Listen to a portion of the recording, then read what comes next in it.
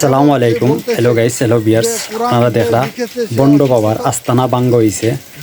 সকল এলাকার মুরব্বী, সকল এলাকার নজন, যারা যুবক যারা আছে সব মিলিয়া বন্ড বাবার আস্তানা ভাঙ্গিয়া দেওয়া হয়েছে।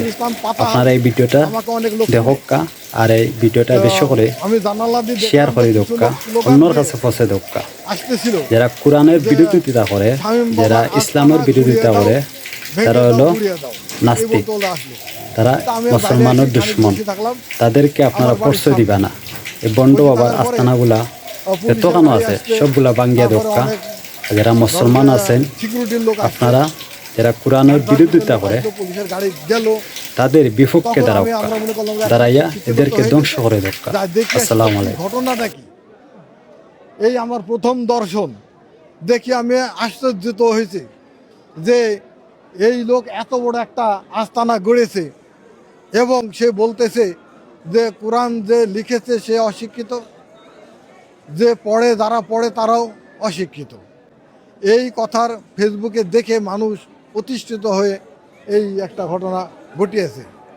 তা আমি মনে করি যে যারা ঘটনা ঘটাইছে তারা একটা সমঝোতা করে তাকে চার্জ করার দরকার ছিল। হ্যাঁ, কেন উনি এই কথা বললেন, কোন সাপোর্টে কোন শক্তিতে উনি বললেন? হ্যাঁ, আপনার উৎস কোথায়? হ্যাঁ, এইভাবে একটা চার্জ করার দরকার ছিল।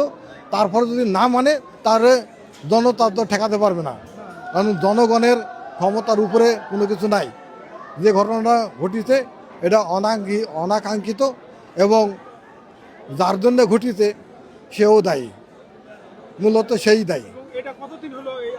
এই আস্তানাটা ইতিপূর্বে আমাদের এলাকার এমপি সরওয়ারজাহান বাদশাহ যখন এমপি ছিলেন তখন আমরা শুনেছিলাম, আমি ঢাকায় কিন্তু থাকি, শুনেছিলাম যে এখানে লাশ দাফন করছে, ঢাক ঢোল পিটাইয়া মানে 7 চক্কর দিয়ে লাশ দাফন করছে।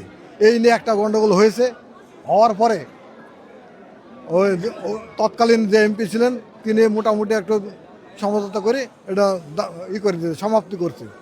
কিন্তু এই জিনিসটা দিন দিন ছোটোখাটো হয়তো বলছে যে নিষেধ করছে, এটা তুমি যে বলতেছো এগুলো হয়তো ঠিক না, তুমি কোন উৎসব বলছো। সে তো আক্কা করে নাই, সে মনে করছে আমি বড় মনে কিছু হয়ে গেছি, এরকম ধরনের তো মনে করছে। আমার কাছে কোনো কিছুই না। তা সবাইকে ভাবতে হবে যে আমি সবার ছোট, সবাই আমার বড়, আমি সবচেয়ে কম জ্ঞানী, আমার চেয়ে যারা সামনে আছে তারাই জ্ঞানী, এটা মনে করা সবার উচিত।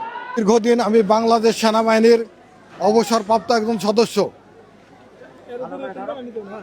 ঠিক আছে, আমি রিটায়ার্ড পারসন।